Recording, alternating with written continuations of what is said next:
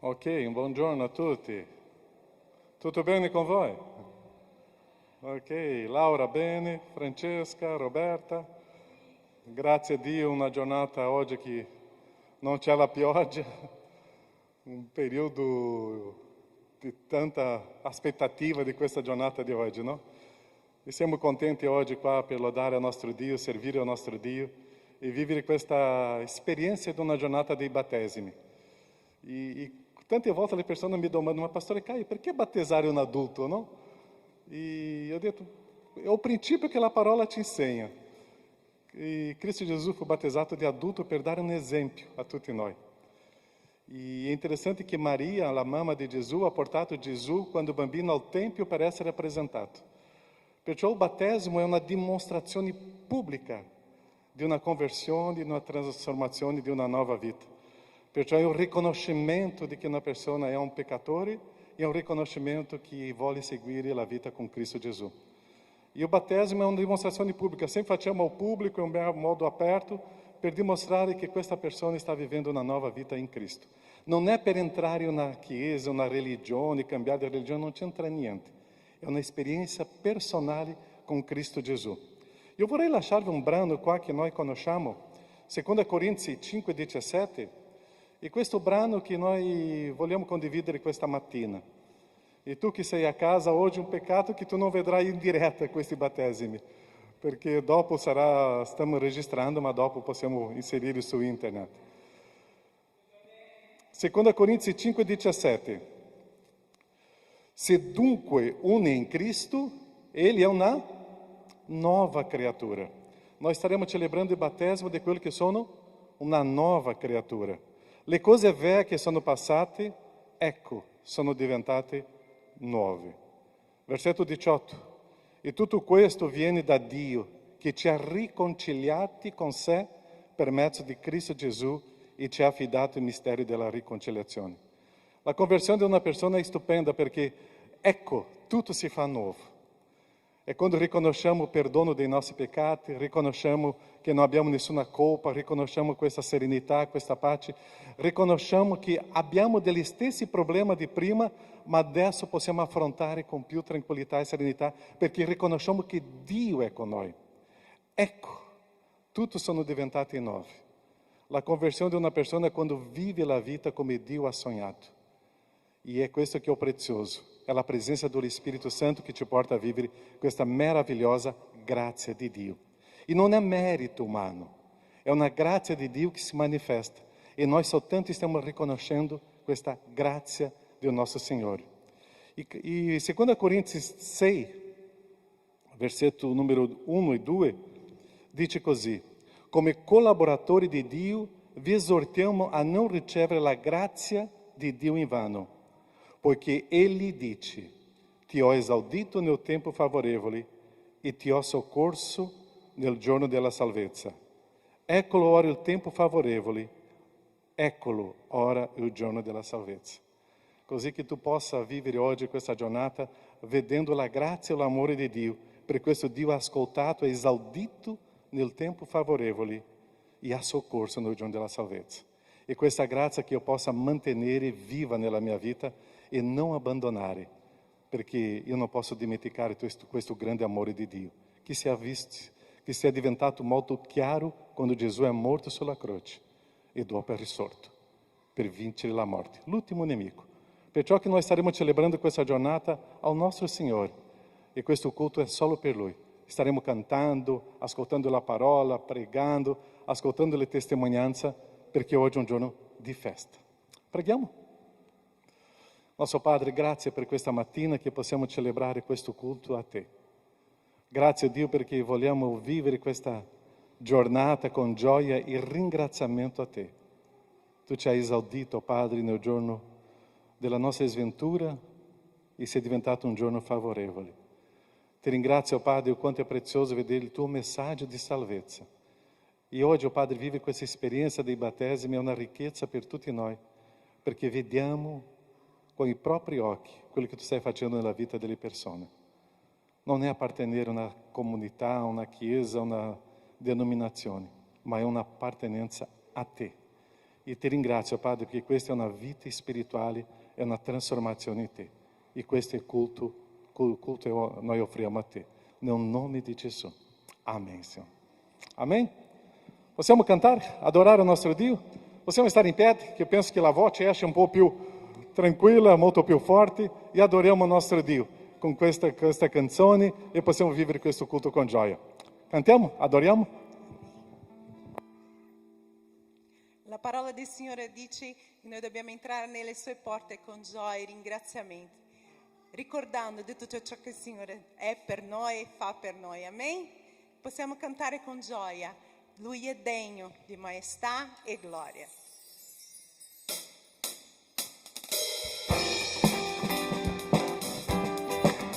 Siamo le nostre mani.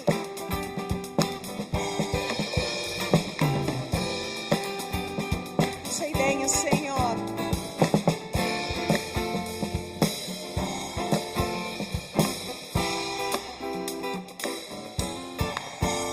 Lui è degno di maestà e gloria.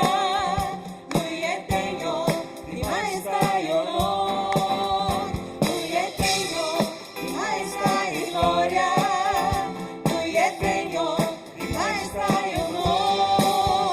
Eleviamo le nostre mani, adoriamo Gesù, l'agnello di gloria. Esaltiamo il paragonabile Salvatore, che vive per sempre, il grandioso Gesù. Lui è degno di maestà e gloria. Lui è degno di maestà e onore. Lui è degno di maestà e gloria. Lui è degno di maestà e onore. Eleviamo le nostre mani e adoriamo Gesù, agnello di gloria. Esaltiamo il paragonabile Salvatore, che vive per sempre, il grandioso che vive per sempre, il grandioso lui vive, che vive per sempre, il grandioso Gesù.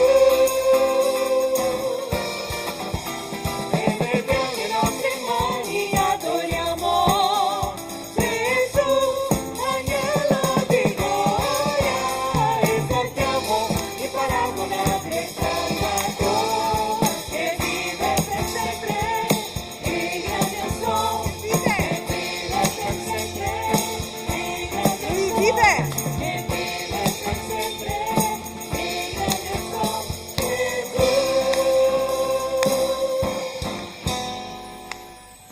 Alleluia.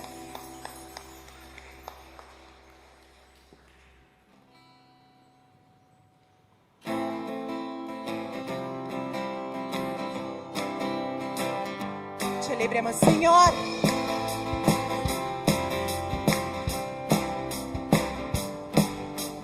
Grande potenza tu sei, chi stare ciechi tu dai, non c'è un altro come te. Luce nel buio tu sei, chi sta nel lutto tu dai, non c'è un altro come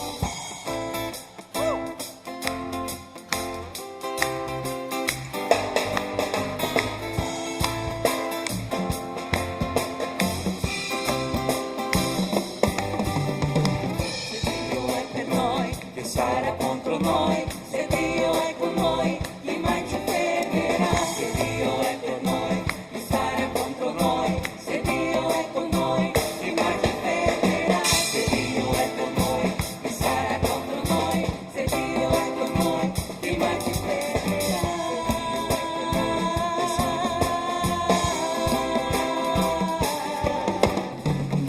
È grande il nostro Dio forte, Egli è di sopra di ogni altro, il Redentore, grande potenza sei Dio. Le mani dove sono? Dio, il nostro Dio è grande, il nostro Dio è forte, Egli è di sopra Di ogni altro.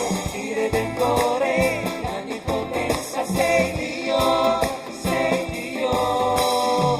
Se Dio è con noi, chi sarà contro noi? Se Dio è per noi, chi mai ci fermerà? Se Dio è per noi, chi sarà contro noi? Se Dio è con noi, chi mai ci fermerà? Se Dio è per noi, chi sarà contro noi? Se Dio è con noi, chi mai ci fermerà? Se Dio è per noi, chi sarà contro noi? Se Dio è con noi, chi mai ci fermerà?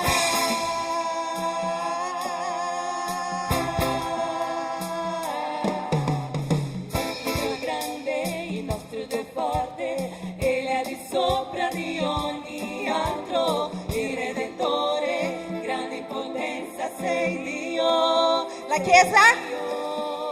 Il nostro Dio grande, Egli è di sopra di ogni altro, Il Redentore.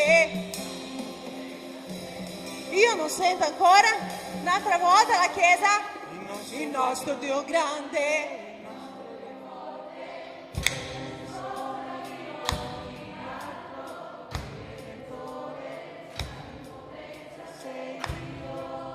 Sei Dio.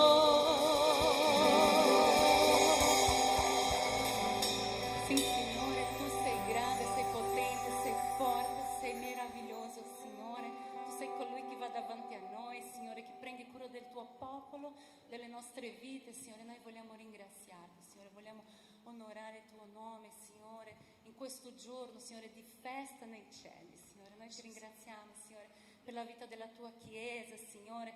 Chiediamo, Signore, che tu, Signore, possa trasformarci, Signore, giorno dopo giorno, Signore, secondo la tua volontà, Signore. Mettiamo le nostre vite nelle tue mani, Signore. Benedici il tuo popolo qui in questo posto, Padre, nel tuo nome, Gesù. Amen.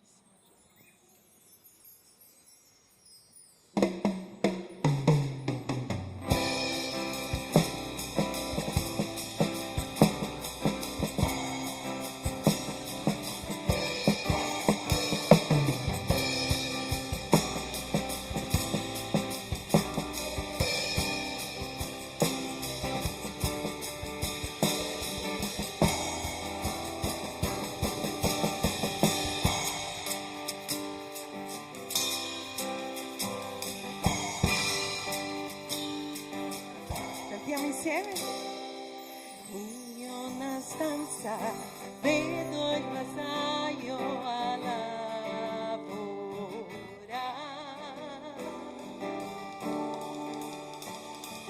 Con le sue mani forma i suoi sogni, i pensieri li fa diventare realtà.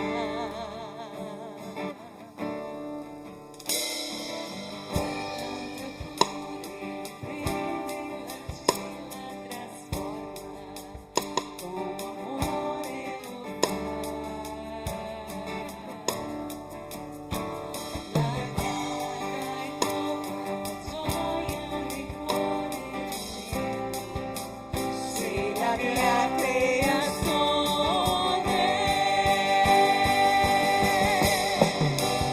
e se qualcosa trova lì che lo farà acquistare, lui prende e non fermarli fa, con pazienza e amore la trasforma, la rinnova.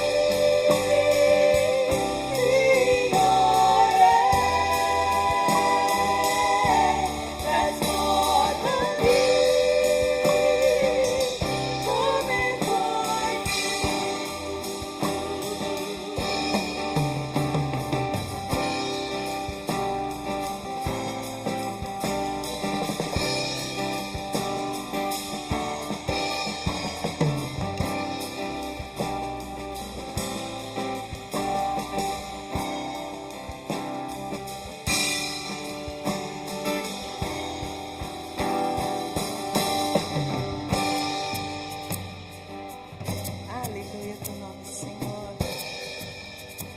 Rinnovaci, Signore, nel tuo nome. Amen. Amen. Alleluia. Potete sedervi.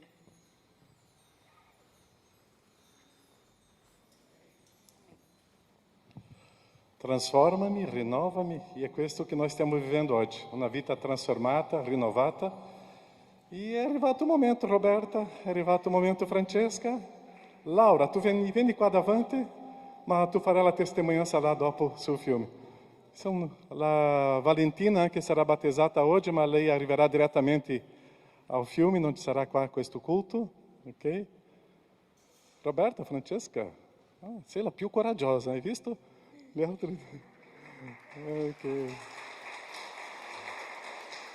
E è prezioso questo momento di ascoltare quello che Dio fa. Rinnova-mi, trasforma-mi. E è bello vedere che Dio agisce nelle aree della nostra vita che ancora non sono come Lui sogna. E lo rompe e fa tutto nuovo.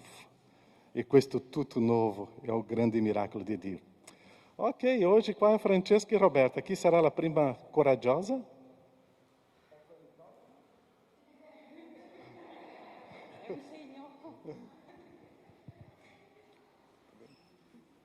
Tu devi dare appoggio a loro qua, ok? Sì, tocca a te, Roberta. Se vuoi togli la mascherina. Sì, ecco, grazie. Quello che vogliamo ascoltare, Roberta, è la tua nuova vita in Cristo. Grazie, Pastore. Buongiorno Chiesa. Io qui mi ero scritta un bel malloppo di cose, ma penso che non leggerò nulla. Sembra sia una cosa tipica questa. Grazie per essere qui. Grazie a tutti voi, ma soprattutto grazie al Signore. Grazie per avermi condotta passo dopo passo a questo giorno. E grazie a Lui per l'operato dei pastori della nostra Chiesa. Perché attraverso i pastori di questa Chiesa il Signore mi ha fatto conoscere la Sua parola. Me l'ha fatta conoscere e soprattutto me l'ha fatta amare. E in modo particolare grazie al pastore Caio che con tanta pazienza e tanta devozione mi ha seguita quest'anno nel mio cammino per arrivare a questo giorno del battesimo. Ringrazio la mia famiglia che mi ha sempre sostenuta in tutte le mie decisioni, in tutti i miei cambiamenti. E poi ringrazio il Signore dal profondo del mio cuore per voi, Chiesa.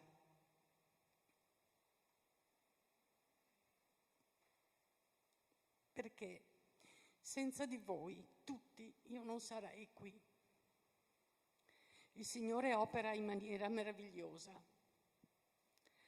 Che a noi piaccia o no, ma noi siamo sempre un esempio per gli altri, nel bene e nel male. E voi, meravigliosa Chiesa, siete state un grande esempio per me. Io non dimentico l'accoglienza che ho ricevuto quando eravamo di là ed erano le prime volte che io venevo qui. Non dimentico quei momenti, i vostri sorrisi, la vostra gentilezza, la vostra cura, la vostra attenzione che non ha mai smesso di esserci. E non dimentico i canti che mi hanno fatto sgorgare lacrime che erano ferme da tempo dietro i miei occhi. Grazie al gruppo di lode, grazie ai giovani quando cantano, che aprono il cuore. Grazie Signore per tutto questo. Ma io devo al Signore un ringraziamento ancora più grande a tutti voi, fratelli e sorelle, per tutte le vostre costanti e perseveranti preghiere, perché voi avete pregato per me nei momenti del mio bisogno e per la mia famiglia. E questo ha fatto sì che io potessi vivere nel cuore una pace che il Signore ha messo nel mio cuore, ed è una pace particolare, è inconfondibile. È la pace dell'amore di Dio, è la pace del frutto delle preghiere, della dedizione, della fede. E quindi io vi ringrazio anche in questo senso per l'esempio che mi state dando. Voi mi state insegnando a pregare. E grazie perché attraverso di voi vedo come la fede diventa qualcosa che non è una teoria, è vita operante. Grazie per la vostra fede nella parola del Signore e soprattutto grazie per la vostra fedeltà alla Chiesa, a questa meravigliosa Chiesa. Di tutto questo io ringrazio il Signore. Amen.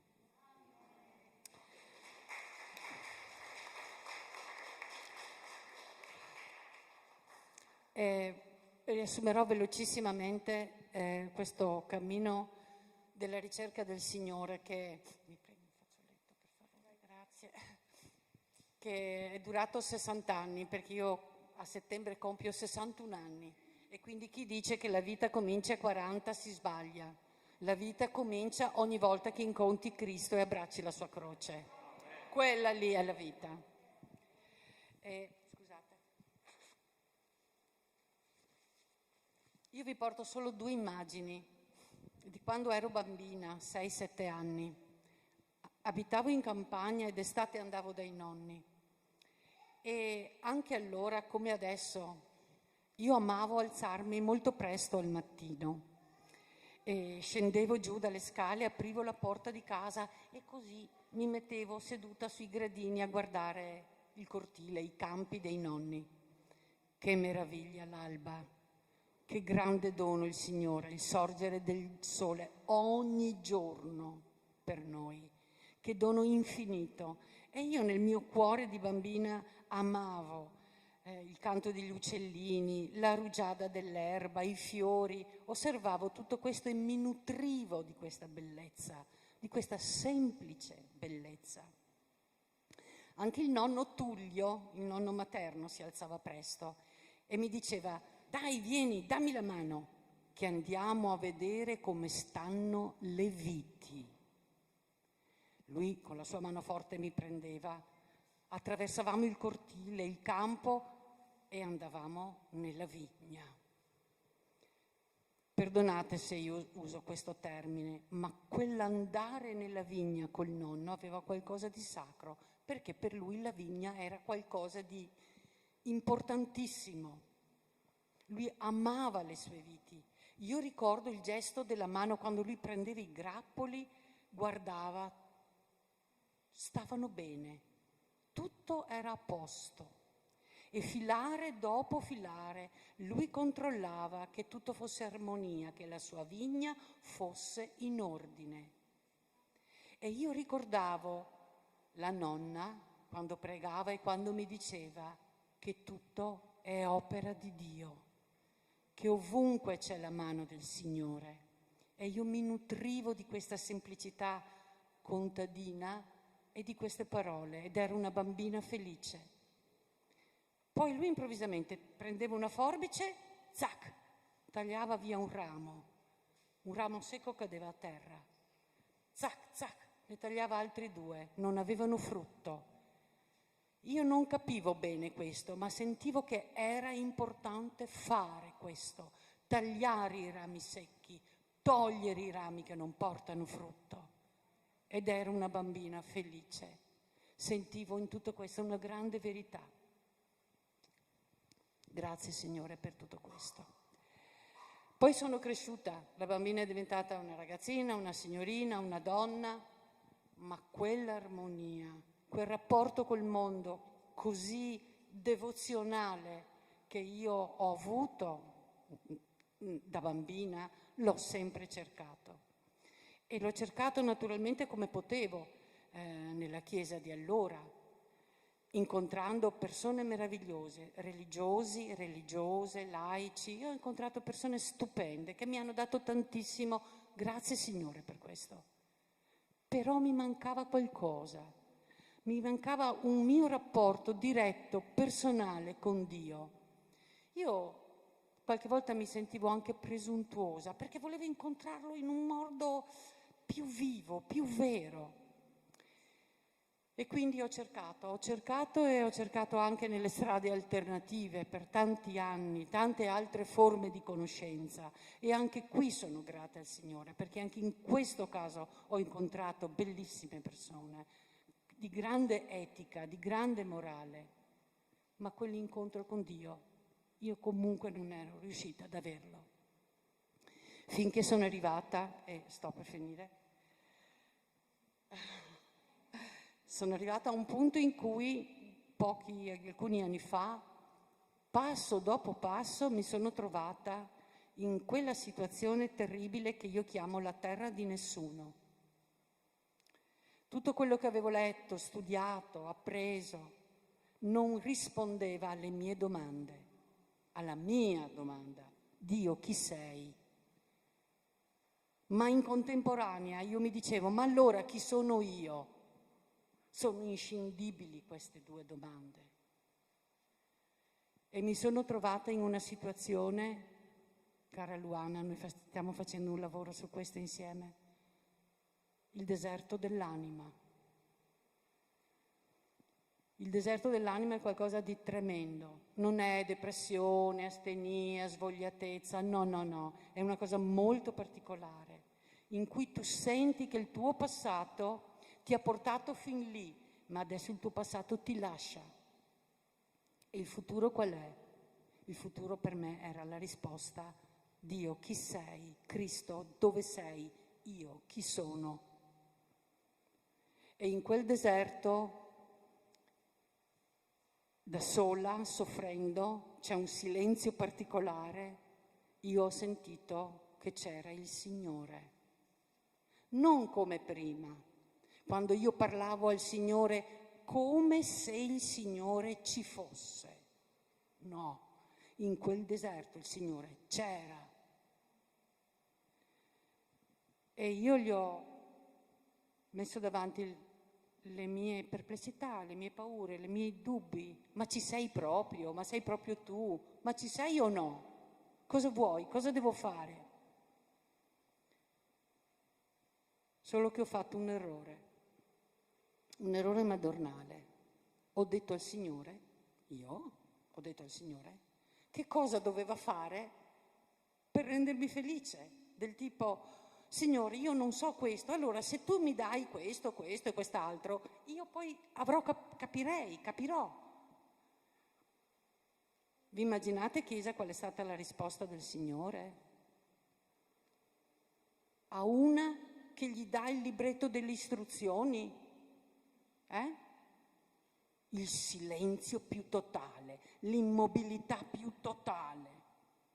Inimmaginabili, ero in una battaglia interiore terribile e lì ho capito, il Signore mi ha insegnato la prima cosa che io dovevo imparare: Dio ha i suoi metodi, non ha bisogno che io gli dica di che cosa ho bisogno e cosa mi deve fare.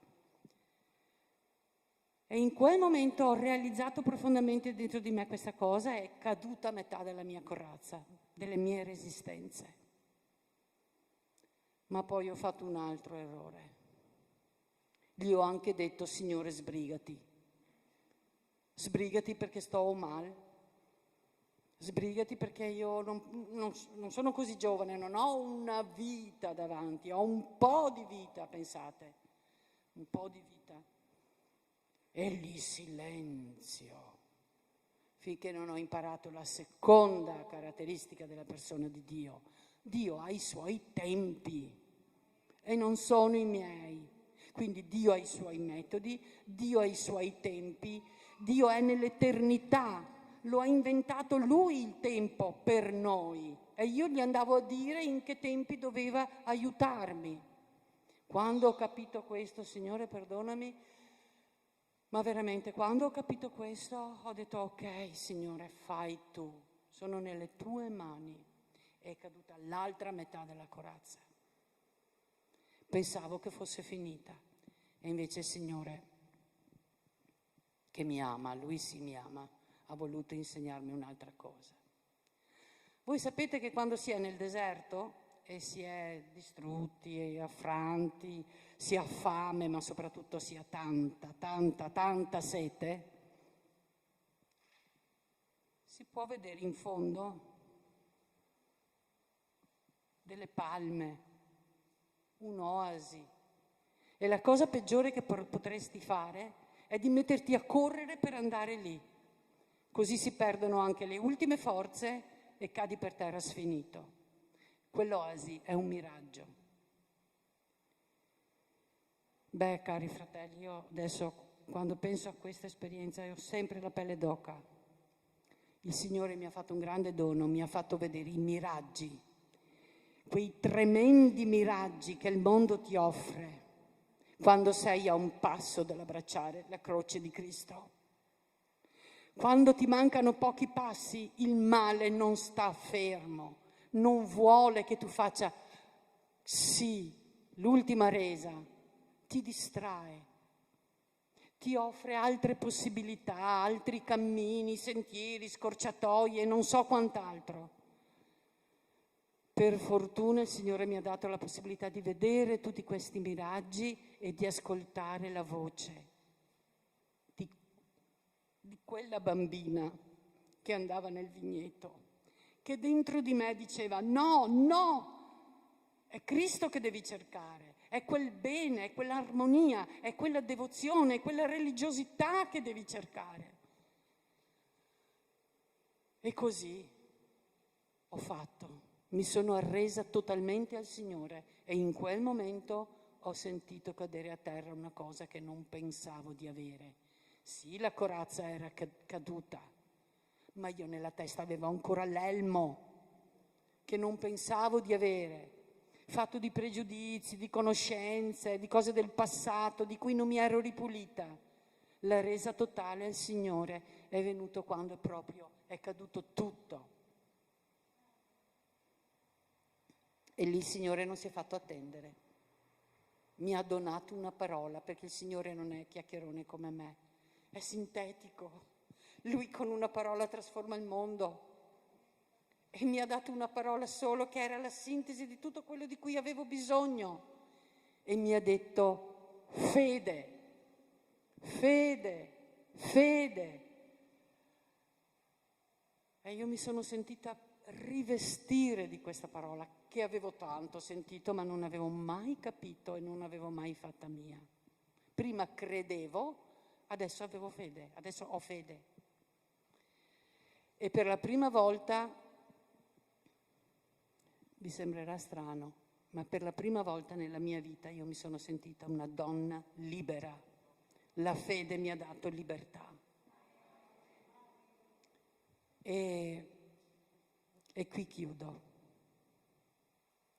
Voglio adesso pregare il Signore. Signore, se prima da bambina davo la mano al nonno che mi portava nella vigna, ora io ti do tutte e due le mie mani. Signore, prendi le mie mani, guida i miei passi e portami dentro alla tua vigna. Signore, al centro della vigna c'è Cristo Gesù, che è la vite. Lui è il cuore pulsante, Lui è l'acqua che disseta, che nutre le anime. Cristo Gesù non è un sentiero qualsiasi, non è un percorso spirituale. Cristo Gesù è la via, è l'unica vera via. L'abbiamo sentito prima, è la via, la verità e la vita. Questo io volevo, questo, Signore, ti chiedo di aiutarmi a percorrere. Sarò l'ultimo tralcio di questa vigna, piccolino, ma ti prego, Signore, aiutami a portare buon frutto. Il buon frutto è la tua parola che diventa vivente. E soprattutto aiutami a fare questo insieme a tutti voi, fratelli e sorelle. Aiutaci, Signore, a portare la tua parola laddove ce n'è bisogno, fuori, nel mondo, nelle chiese, ovunque ci sia bisogno che la tua parola possa nutrire le anime, scacciare i miraggi ed essere lei l'unico riferimento, nutrire le anime di quelli che ti cercano. Questo io ti prego, Signore, nel nome di Cristo Gesù. Amen. Amém. Avete percepito che abbiamo un artista, no? E anche quella ragazza è un'altra artista. E quanto è bello vedere questo dono di Dio. Favorevole che Roberta sia battezzata questo pomeriggio? Potete alzare delle mani? Ok, la Chiesa è con te. Alleluia. Ok. Francesca, la parola è tua adesso, la tua testimonianza della tua conversione a Cristo. Ok, bene. Sì.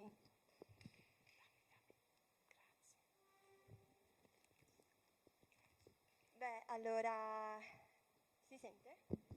Sì, ok. Beh, allora, io diciamo che fin da bambina comunque sentivo qualcosa dentro di me quando ero piccola. E sono sempre andata, ho fatto catechismo in una chiesa cristiana, normale, eccetera. Però fin da bambina io ho sempre avuto questa passione per il volontariato, aiutare gli altri, ero sempre troppo buona. Però non ho mai, cioè la chiesa cattolica per me era troppo rigida, troppo cioè non era flessibile, non ti dava quella sensazione di amore, infatti non ho mai letto una Bibbia, cioè lì non esisteva il libro, cioè esisteva ma non solo per i preti o quel che era. E quindi io sono sempre stata molto timida, quindi non ho mai espresso niente a nessuno.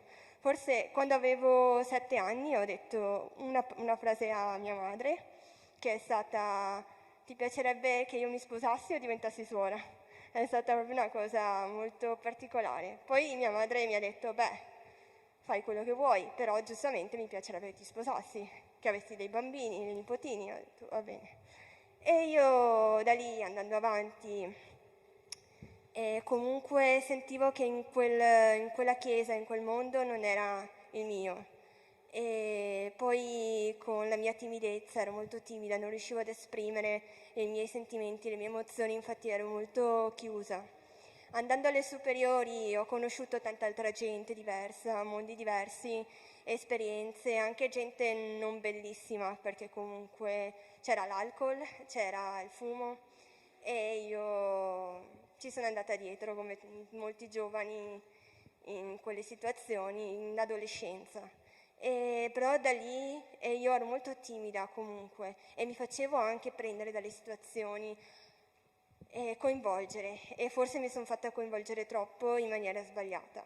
E lì sentivo che comunque non era il mio mondo, mi sentivo diversa, mi sentivo che non era quello il mio obiettivo. Avevo anche un'amica eravamo migliori amiche, e lei quando l'ho conosciuta era una persona tranquilla, una persona bellissima, e dopo ha iniziato anche lei soprattutto lei ha iniziato con l'alcol, col fumo, ma lei non riusciva a staccarsi e io la seguivo e dopo mi sono fermata e ho detto ma perché? Ho detto non è il mio mondo, non sono io.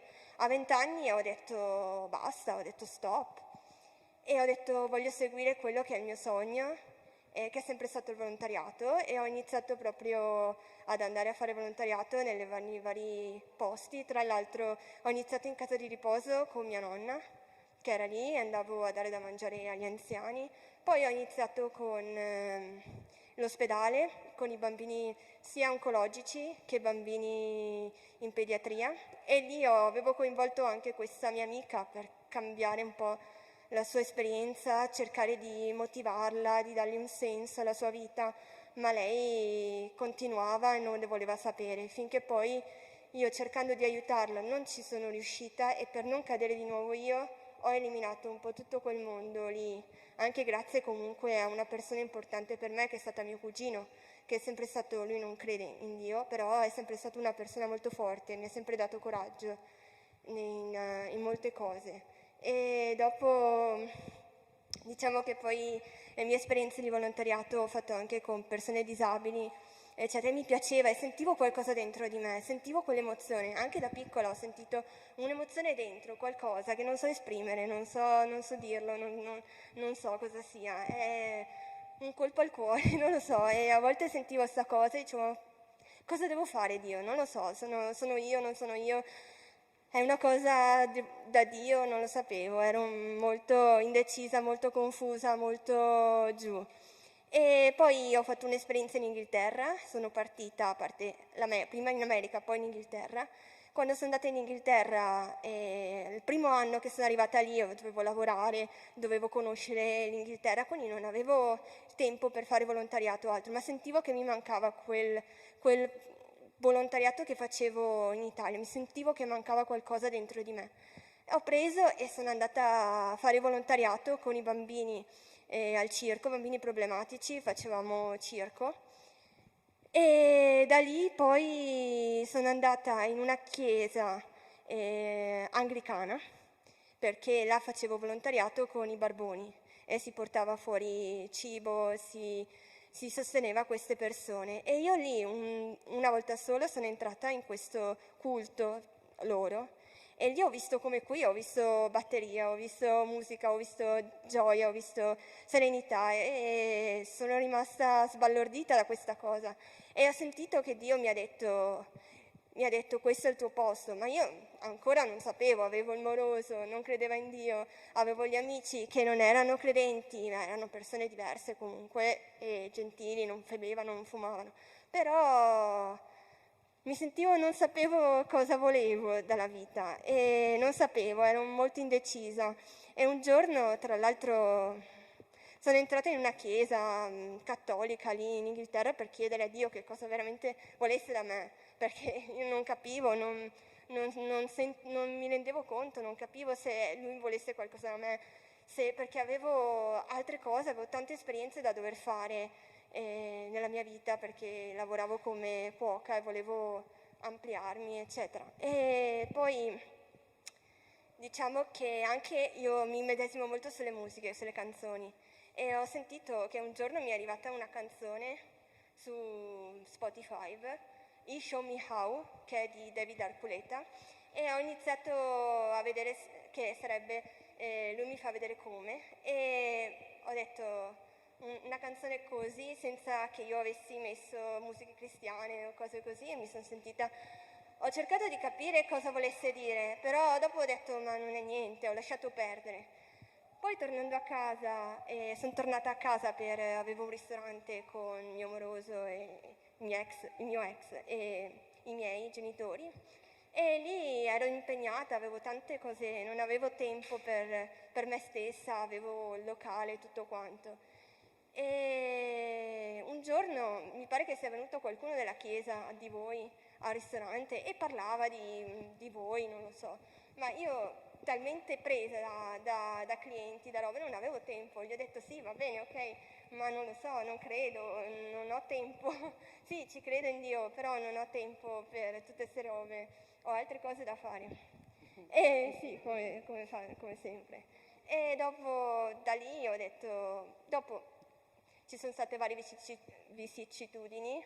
Un giorno che era un lockdown del Covid e il locale era chiuso e io ho sentito qualcosa dentro di me ancora più forte, continuava a esserci qualcosa dentro che ruminava e dicevo ma che cos'è, ma smettila, vai via, perché non volevo, dicevo ho il moroso, ho il locale, non ho tempo per queste cose, ma sono andata al Piave perché il Piave per me era libertà. Sono andata al Piave e sono rimasta lì da sola a pensare, a capire, a chiedere a Dio cosa volesse da me, come volesse che io affrontassi la situazione, come volesse che io facessi qualcosa. E dopo sono andata avanti col locale, poi abbiamo chiuso per il Covid, casini vari. Io non ero più insieme al moroso, un giorno ero presa dall'ansia, ero presa dallo stress, perché comunque chiudendo il locale, avendo rotto con il ragazzo e non sapendo cosa fare, mi era presa un'ansia terribile.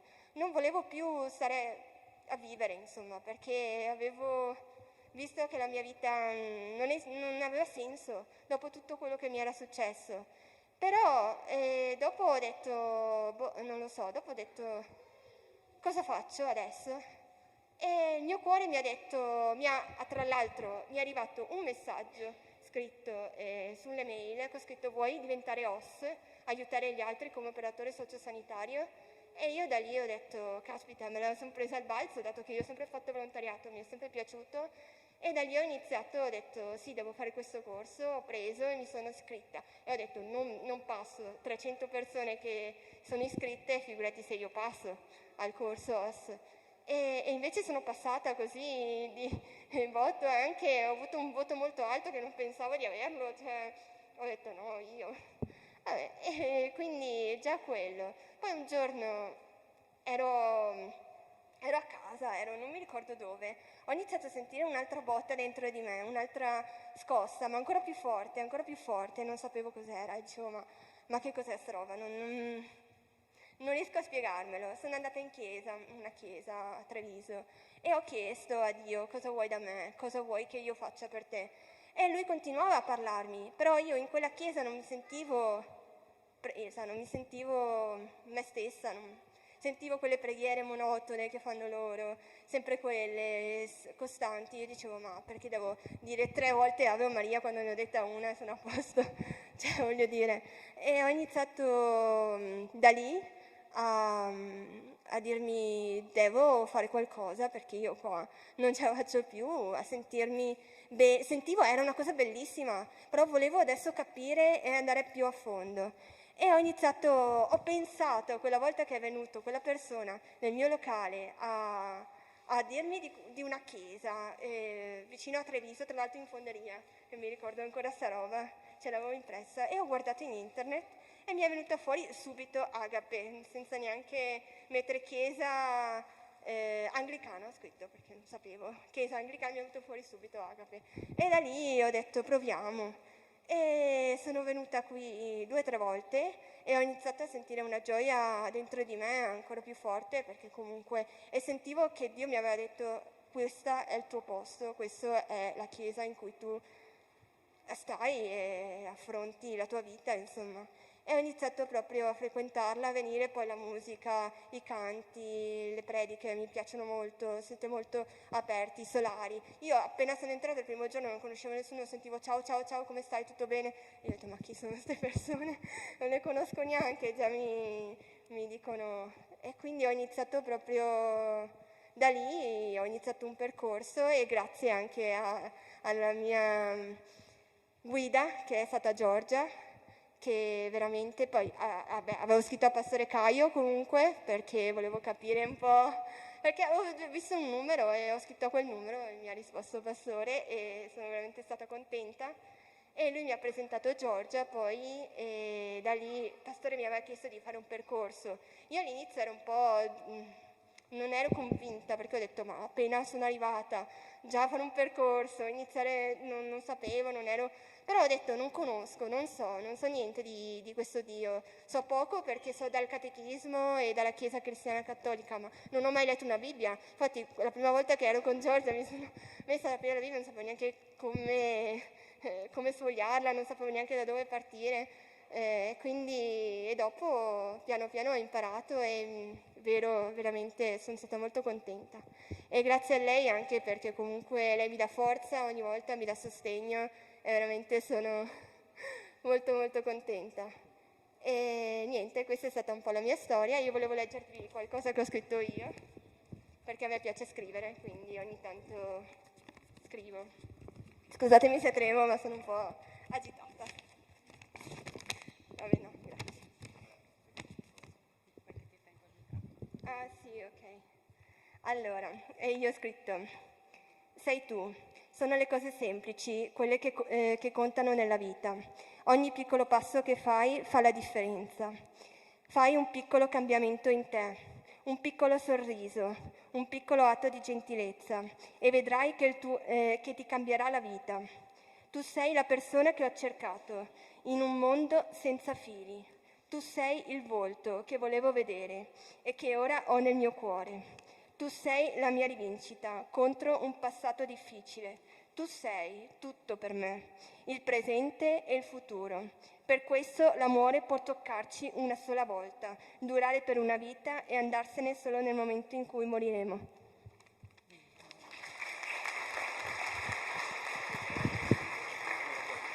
Certo.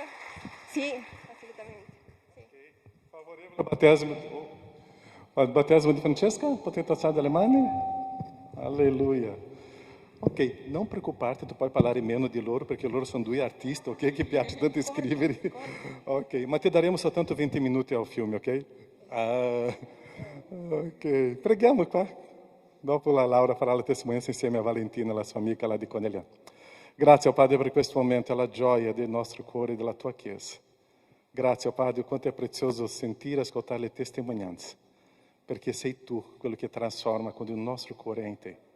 La vita di Laura, la vita di Roberta, la vita di Francesca, di Valentina appartengono a te e benedici loro, Padre. E questo culto è per te e questo battesimo, Padre, è una riconoscenza che tu sei il Signore assoluto. Nel nome di Gesù. Amen, Signore. Amen. Possiamo stare in piedi e cantiamo l'altro cantico? Ok, grazie. Lui, come si chiama? Giovanni 14. Cantiamo questo altro canto che adoriamo il nostro Dio con questa gioia.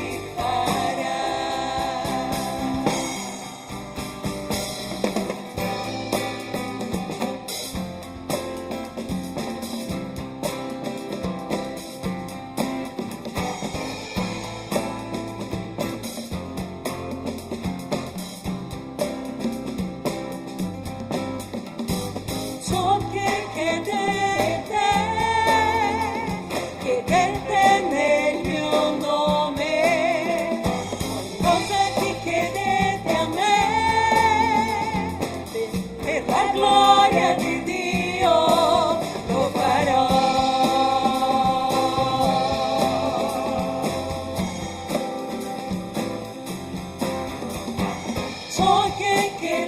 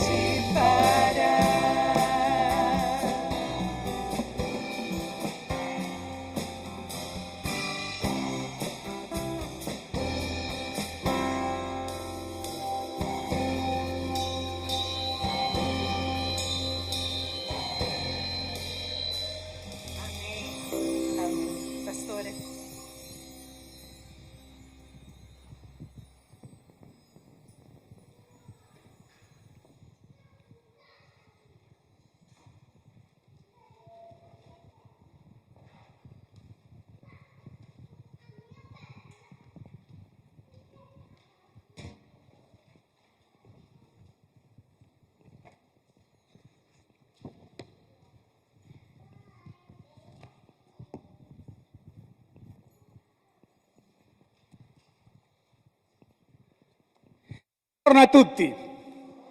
Ecco, se qualcuno dormiva adesso si è svegliato.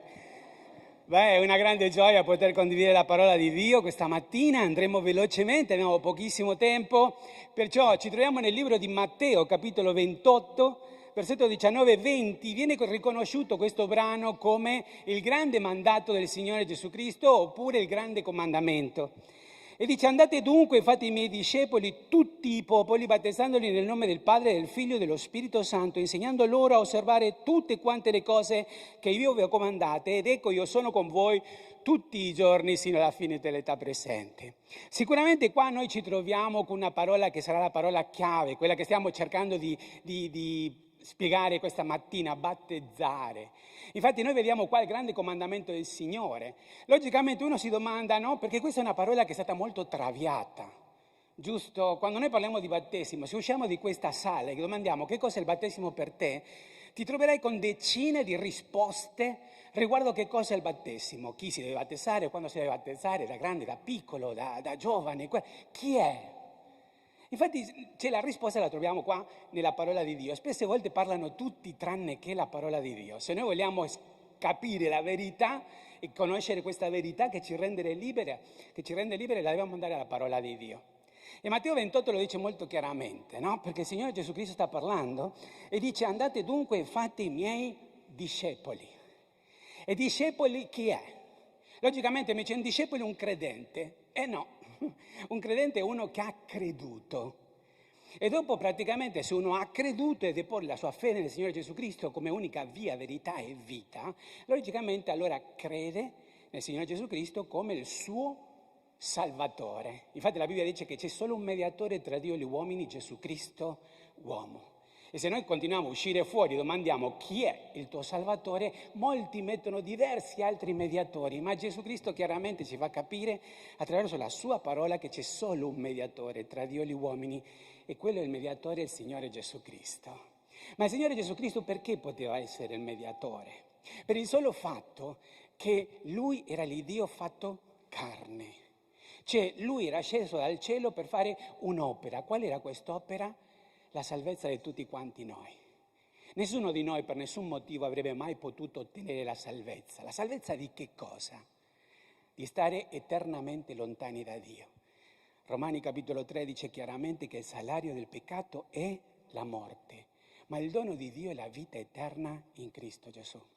Perciò uno che crede e pone la propria fede nel Signore Gesù Cristo sicuramente diventa un figlio di Dio. Lo promette Giovanni capitolo 1 versetto 12. Ma a tutti quelli che l'hanno ricevuto gli ha dato loro il diritto di diventare figlioli di Dio, quelli cioè che credono nel suo nome. Ma non lo so, io sono padre di 2 figli e sono stato figlio anch'io. Io mi domando, tutti i figli sono fedeli? Tutti i figli sono ubbidienti? Sono ubbidienti sempre o a volte ci sono momenti in cui lo sono e in cui momenti che non lo sono? Sapete, quando noi diventiamo figli di Dio non è che diventiamo perfetti senza difetti. Ancora c'è quel peccato che ci avvolge continuamente. E alcune volte come figli di Dio non siamo né ubbidienti né fedeli, ma continuiamo ad essere figli di Dio. Perché Dio non cambia la sua promessa, Dio non è come noi. Se Lui ha promesso che a tutti quelli che l'hanno ricevuta, ha dato il diritto di diventare figlioli di Dio, diventano figlioli di Dio, ma non è che diventi figlioli di Dio fino al prossimo peccato. Diventi figlioli di Dio una volta e per sempre. E così noi ci troviamo con i diversi comandamenti del Signore Gesù Cristo, e uno di questi comandamenti è il battesimo. Perché qua diceva chi? I discepoli che dovevano essere battezzati, cioè i seguaci del Signore Gesù Cristo dovevano essere battezzati. Allora quando entriamo in questa parola battesimo è una parola molto interessante, perché noi ci troviamo nel pieno della fede, che è stata menzionata questa mattina, però la parola batteso nell'originale in greco era una parola commerciale. Perché questa parola la prendono praticamente le lavandaie, ok?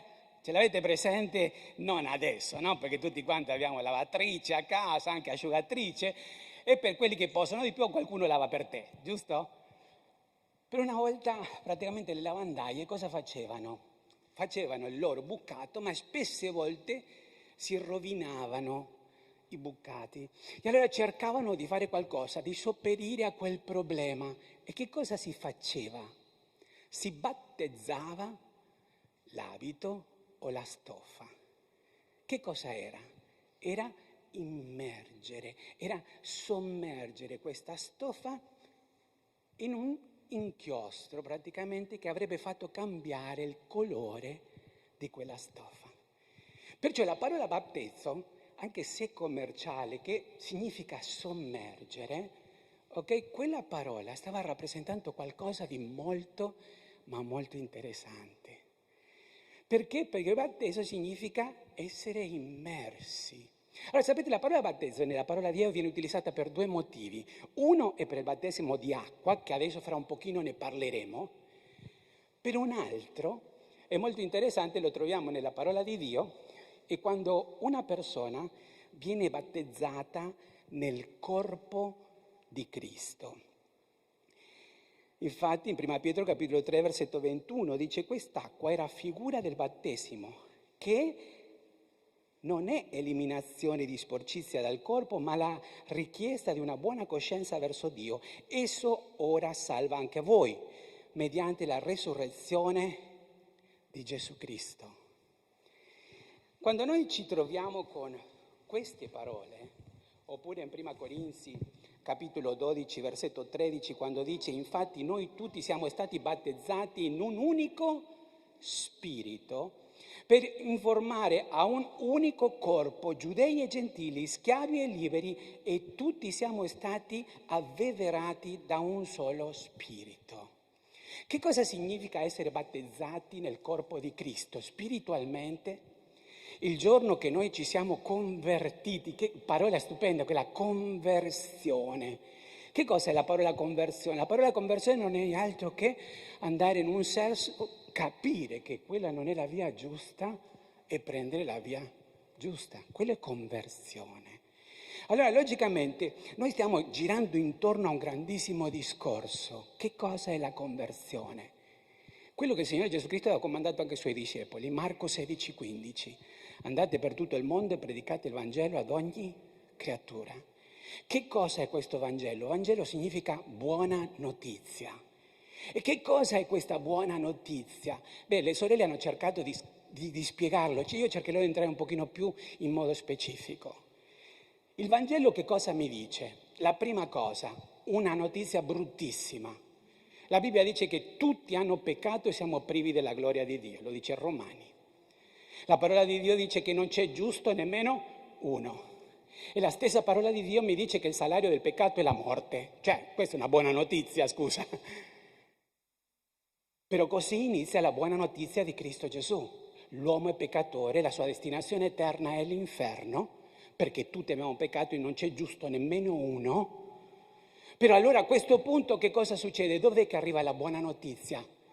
Cioè io posso fare qualcosa per poter essere salvato? Efesini capitolo 2 versetto 8 e 9 mi dice chiaramente che non è in virtù d'opera affinché nessuno se ne vanti. E noi sappiamo che ci sono una quantità di religioni che fanno un elenco di cose che tu dovresti fare per poter essere salvato. Ma la parola di Dio non si contraddice, non mente e dice che non è in virtù d'opere. Perciò a questo punto, se non è in virtù d'opere e noi siamo i peccatori, siamo destinati eternamente lontani da Dio, come possiamo fare per essere salvati? Noi non possiamo fare niente. Ecco perché arriva il giusto per gli ingiusti. Ecco perché arriva l'unico mediatore tra Dio e gli uomini. Ecco perché arriva il Signore Gesù Cristo, Gesù, Salvatore, Cristo, unto dell'Eterno. Ciò che era stato promesso nell'Antico Testamento era arrivato, perché Giovanni Battista l'aveva detto molto chiaramente, lì in Giovanni aveva detto che cosa? Ecco l'agnello di Dio che toglie il peccato del mondo. Vi ricordate quando l'aveva detto? Quando Giovanni stava battezzando.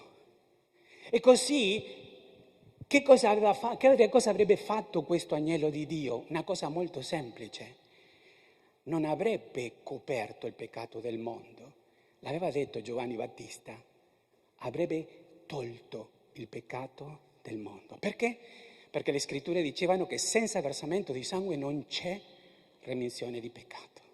Perciò per poter pagare per i nostri peccati c'era bisogno che uno con il suo sangue potesse pagare per noi.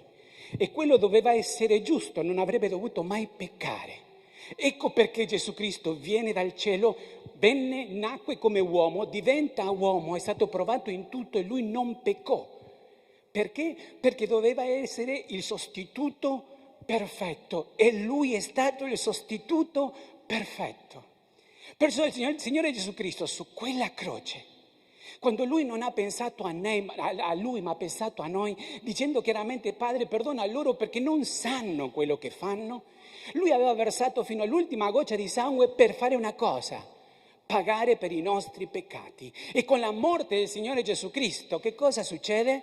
Si risolve il problema di peccato. Perciò un altro problema che noi esseri umani abbiamo oltre il peccato ed è la vita eterna. Ricordate che dopo che il Signore Gesù Cristo è morto, dove l'hanno messo? Cioè dopo che l'hanno tolto dalla croce. In una tomba, vero? Ed è stato in quella tomba per solo 3 giorni, ma il terzo giorno lui risuscitò. E lui disse: io sono la resurrezione e la vita. Chiunque crede in me, anche se è morto, vivrà. E attraverso la morte del Signore Gesù Cristo noi abbiamo il perdono dei peccati. E attraverso la resurrezione del Signore Gesù Cristo noi abbiamo la vita eterna. Ma possiamo averla se non la chiediamo? E questo è il Vangelo. Il Vangelo che viene proclamato in ogni angolo del mondo, dato a disposizione da tutte le persone. Ma non tutte le persone vogliono accettare questo Vangelo. Perché chi crede in Lui, anche se è morto, vivrà. Il Vangelo non soltanto bisogna crederlo, non bisogna soltanto ascoltarlo, bisogna accettarlo e bisogna viverlo. Infatti quando noi parliamo di battesimo, torniamo alla parola, è identificarsi con l'opera che Cristo ha fatto per noi. Quando noi andremo al fiume fra un pochino e vedremo queste persone passare per le acque del battesimo, quelle acque non sono meravigliose, non sono neanche miracolose. Se siete brutte entrate, brutte uscite, non cambia niente, ok? Perché? Perché il battesimo non è neanche qualcosa di particolare, è niente altro che una dimostrazione esterna di quello che è successo internamente. E che cosa è successo internamente? Io quando avevo 12 anni ho riconosciuto di essere un peccatore, di aver bisogno di un Salvatore. Ho riconosciuto che attraverso i miei mezzi non potevo fare niente per poter essere salvato. E allora ho chiesto a Cristo che con il sangue che Lui aveva versato sulla croce cancellasse ognuno dei miei peccati. E gli ho chiesto che io potessi diventare un figlio suo. L'ho invitato a venire a vivere nella mia vita e lui ha fatto di me un figlio suo. E la Bibbia dice che lui ha scritto il mio nome nel libro della vita dell'agnello. E per grazia di Dio sono pronto il giorno che lui vorrà di poter andare alla sua presenza, ma non per i meriti miei, per i meriti suoi. Questa è una testimonianza, vero? E raccontare quello che Dio ha fatto per me. Che cosa ho capito del Vangelo e che cosa il Vangelo mi ha dato. E attraverso il Vangelo che cosa sono diventato. E tutto il merito a chi va? A Dio. A Dio. Perciò, quando a volte parlo con i fratelli e gli dico, mi racconti la tua testimonianza? Mi dicono, ce l'hai del tempo? Un professore nel seminario mi ha detto, per poter raccontare perfetta la tua testimonianza ci vogliono 3 minuti. Racconta prima quello che tu pensavi riguardo a Dio. Racconta quello che tu hai capito del Vangelo e racconta la tua sicurezza oggi che hai in Cristo Gesù. E quello è quello che ti dà il Vangelo. Perciò il comandamento qual è? Marco 16, quindi, credi, no? Accettare il Vangelo. Credi nel Signore Gesù Cristo e sarai salvato. Non dice forse sarai salvato, dice sarai salvato. Le promesse di Dio sono sì e amen. E se tu non ci credi alle promesse di Dio c'è un grande problema, perché le promesse di Dio sono sì e amen. E poi, se tu hai accettato quel Vangelo e se tu sei un figlio di Dio, attraverso le acque del battesimo, che è un grande comandamento, ti stai identificando con l'opera che Cristo ha fatto. Infatti voi vedrete che le persone entreranno nell'acqua, dopo saranno sommerse nelle acque e poi non li lasceremo sotto, dopo usciranno dalle acque, ok? Che cosa rappresenta quello? Che si stanno identificando con l'opera che Cristo ha fatto dentro della loro vita. Loro si stanno identificando che così come Cristo è morto per i suoi peccati, si identificano con che Cristo è risorto e attraverso di questo loro hanno vita eterna.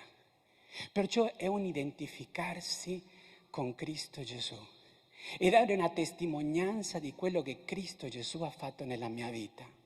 E quante volte bisogna battezzarsi, pastore? Una volta e basta. Però ricordatevi, chi è che si deve battezzare? Chi ha creduto, chi è figlio di Dio.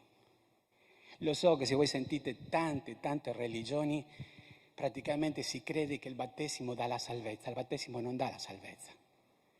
E come ho detto prima, nemmeno sono acque miracolose.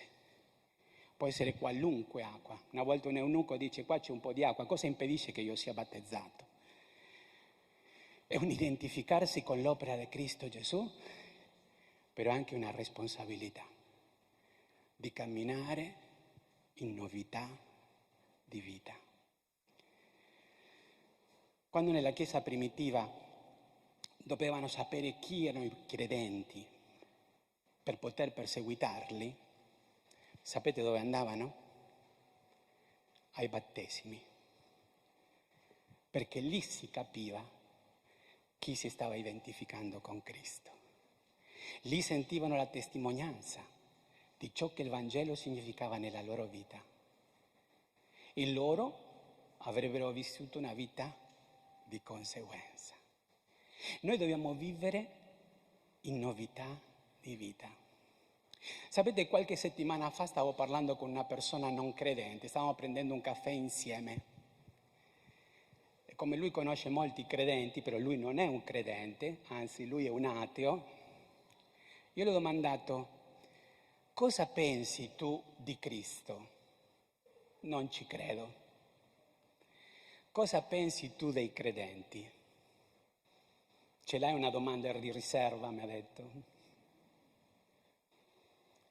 E lui mi disse: ti do la mia definizione di credente. Io credo che un credente dovrebbe essere come un tifoso del calcio. Non avevo mai sentito una cosa così. Cosa intendi? Quei tifosi veri, quelli che si mettono la camicetta, quelli che non vedono l'ora che arriva la domenica per andare a vedere la partita, quelli che fanno le trasferte, quelli che vogliono sapere per filo e per segno cosa sta succedendo con la sua squadra. Io credo che quelli sono dei veri tifosi e io credo che un credente dovrebbe essere un tifoso di Cristo. Non avevo mai sentito una cosa del genere. Sapete, mi ha fatto molto riflettere, perché credo che ci sono molti credenti, figli di Dio, battezzati, che vanno in cielo ma non sono tifosi di Cristo. Quando arriva la domenica devono scegliere tra l'omblerone della spiaggia e ascoltare la parola di Dio. Quando si alzano la mattina, lo so, noi pastori siamo un po' pesanti, tutte le mattine mandiamo una meditazione. Come arriva la meditazione del pastore, mettiamo il visto e non l'ascoltiamo, vero? Non abbiamo nemmeno la passione di sentire la voce di Dio tutti i giorni. Sapete che per quella parola di Dio che noi abbiamo, tanta gente è stata uccisa nella storia.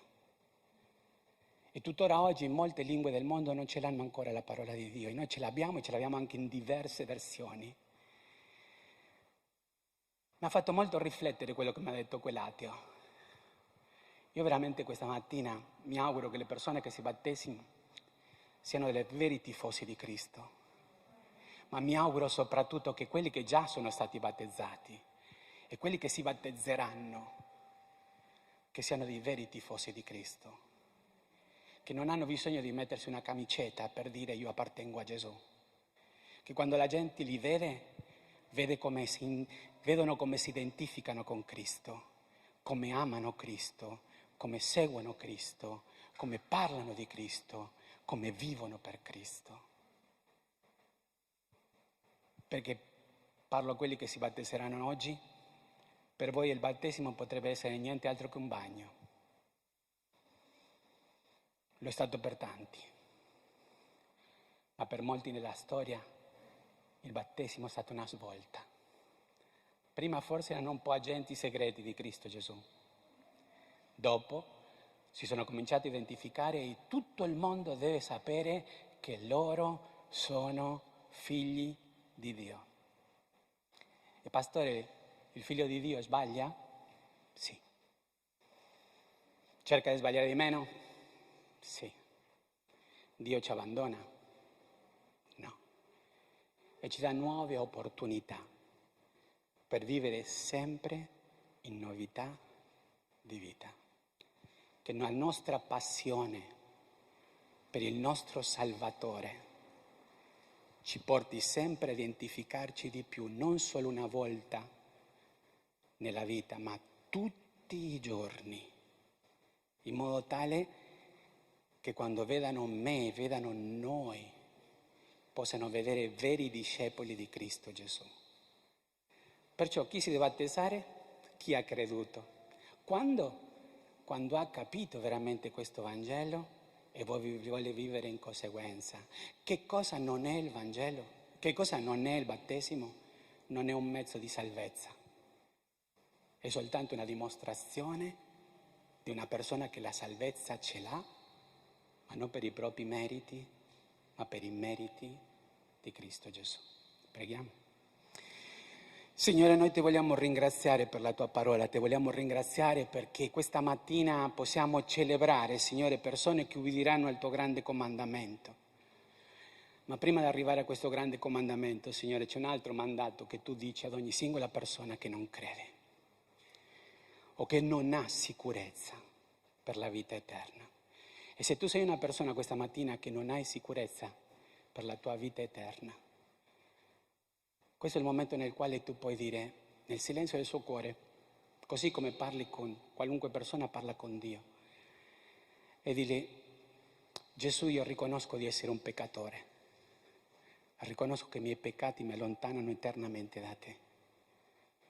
Io ti chiedo che con il sangue che tu hai versato sulla croce tu cancelli ognuno dei miei peccati adesso. E io ti chiedo che tu venga a vivere nella mia vita adesso. Ti chiedo che tu faccia di me un figlio tuo. Battezzami nel tuo corpo, Signore, fammi parte del tuo corpo. Donami la vita eterna in questo momento. Grazie, Signore, perché tu non sei rimasto su quella croce. Grazie perché hai risolto il mio problema di peccato. Ma io ti chiedo che tu scriva il mio nome nel libro della vita dell'agnello e attraverso la tua resurrezione io ti chiedo che tu mi doni la vita eterna adesso. Io questo te lo chiedo nel nome di Cristo Gesù. Nessuno sta guardando una cosa tra te e Dio. Se tu hai fatto questa decisione questa mattina, io voglio pregare per te. Dovunque tu sei, velocemente ti chiedo di alzare, abbassare la tua mano. La Bibbia dice che c'è grande gioia nei cieli per un peccatore che si ravvede. Una persona che non aveva sicurezza, ma che in Cristo può avere la sua sicurezza eterna. C'è qualcuno così questa mattina? Nessuno sta guardando una cosa tra te e Dio? Amen.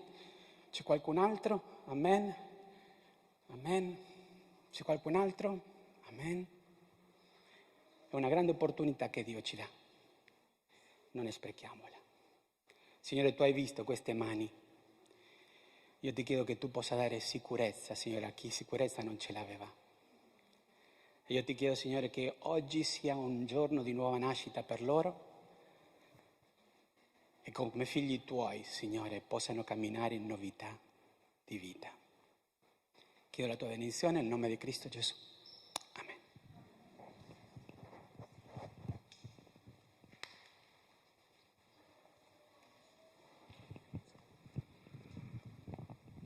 Amém? Possiamo cantare. Momento di offerta, alle decima, la responsabilità di ogni membro della Chiesa. Ma se tu vuoi fare questo momento di offerta, sei libero per fare questo momento. Questa offerta è per mantenere la opera qua che Dio ci ha donato. E la nostra Chiesa c'è una caratteristica, noi non riceviamo niente di fuori. Tutto quello che, la luce, gli affitti, gli stipendi, tutto viene da questa comunità. E questo è prezioso, così abbiamo questa responsabilità. Perciò facciamo questo momento di raccolta, di offerta, di decima, tu sei libero per fare questo. Ci sono 2 gasofilati qua e c'è anche un maialino. Questa è un'offerta che noi stiamo facendo per i bambini in Venezuela e anche per la Siria, dove ci sono tante persone che stanno soffrendo dopo guerra e anche in questo periodo di guerra e noi stiamo collaborando e servendo. Possiamo stare in piedi? Cantiamo e possiamo fare questo momento di contribuzione, di offerta e facciamo con gioia e con allegria nel nostro cuore.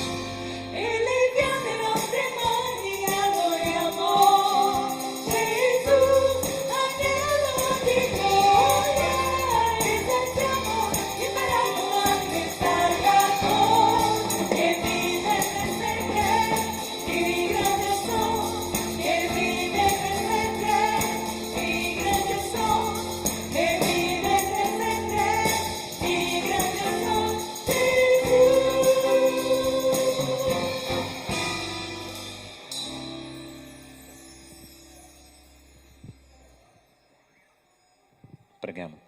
Nostro Dio, nostro Padre, ti ringraziamo per tutto quello che hai provveduto per noi questa mattina. Testimonianze, lode, Signore, è una festa che noi vogliamo vedere spesso qua. E adesso, Signore, ti ringraziamo per queste offerte, per questa primizia che il tuo popolo ha offerto. Aiutaci a amministrarla con saggezza e aiutaci, Signore, a fare il meglio per la tua gloria. Nel nome di Cristo Gesù. Amen. Amém. Potete accomodarvi? Già ho ricevuto una foto là del posto del battesimo, temperatura 52 gradi.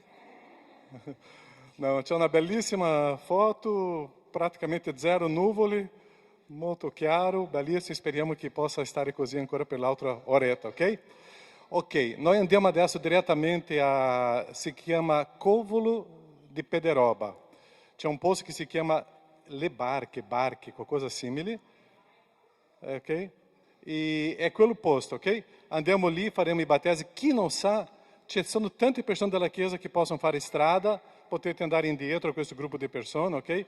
E partiamo adesso di qua. E faremo lá dei battesimi e dopo, se Dio permette che sia una bellissima giornata di tempo ancora con sole, resteremo là ancora al pomeriggio, c'è pranzo a sacco e possiamo stare a condividere e ascoltare. La testimonianza di Roberta e la di Francesca, loro hanno fatto soltanto 2%, ok? Se volete ascoltare gli altri 98%, potete stare con loro tutto il tempo, ok? E così sarà prezioso. Va bene? Grazie a tutti gli ospiti, la prima volta, seconda volta, grazie della vostra presenza, che Dio vi benedica e che possa sentire sempre questa gioia nel nostro Signore e godere questo momento che stiamo celebrando oggi. È una grande gioia. Amém? Ok? Qualche dubbio? Partiamo subito, ok? Andiamo là e faremo anche una piccola